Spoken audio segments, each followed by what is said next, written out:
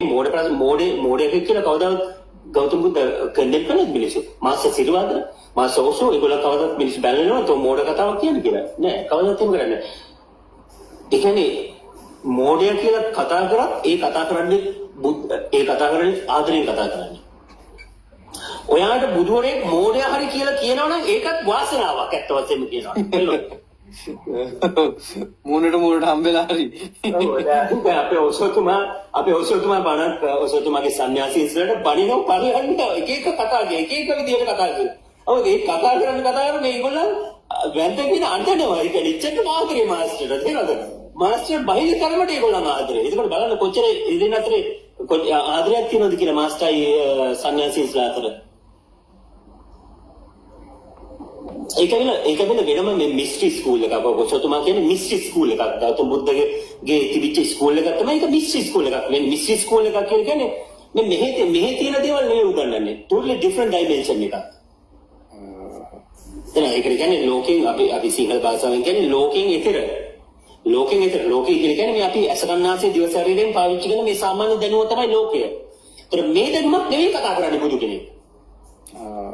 ඒක තමයි ලෝකෙන් ඈතර කියලා කියන්නේ. මේ දැනුම අපිට කන්න බොන්න ළමයි හදන්න පරම්පරාව මේක සාමාන්‍ය රස්සාවක් කරගන්න දේශපාලනයක් ඉන්න ගහගන්න බැනගන්න කොටා ගන්න වලි දාගන්න මේ සමාජය ඕකේ.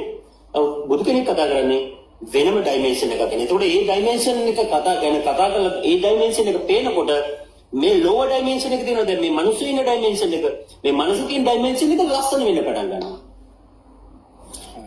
එතකොට අර ඒ නැතු ලෝකෝත්තර ඩයිමෙන්ෂන් එකෙන් තමයි ඒ ගතිගුණ අපි ගේන්නේ මේ මනුස්ස ඩයිමෙන්ෂන් එකට.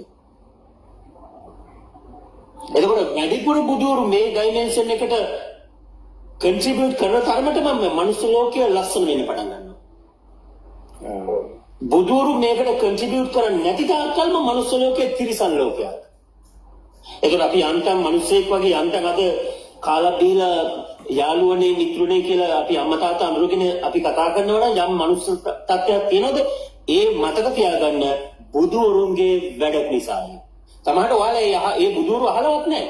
ඒගොල්ලන් ඔයාලා නම් වලින් දන්නෙත් නැහැ. ඒගොල්ලන් කතා කරන්නවත් නැහැ. ඔයාලා අඳුරන්නෙත් නැහැ. නමුත් අතීතයේ හිටපු ලක්ෂ කෝටි ගණනක බුදුරුන්ගේ කන්ට්‍රිබියුෂන් එකක් තමයි අද මිනිස්සු විදිහට ඉන්නවා කියලා කියන්නේ. සොසයිටි එකේ යම් කිසි ක්වොලිටි එකක් තියෙනවා නම් ඒ ක්වොලිටි එක ඇවිල්ලා තියෙන්නේ ඒ තැනට. ඒක ඇවිල්ලා තියෙන්නේ බුද්ධ ස්වභාවය. ඒකෝට ඒගොල්ලන් තමයි මේක පරිවර්තනය කරලා තියෙන්නේ. දැන් මිනිස්සයා දිනු කරවල තියෙන්නේ ඒගොල්ලන්ගේ ටීචින් එකේ. අර අයියා කිව්වාගේ ජපානයේ ඒ දවස්වල හිටපු ඒ බුදුවරුන්ගේ ආපු ඒක තමයි දැන්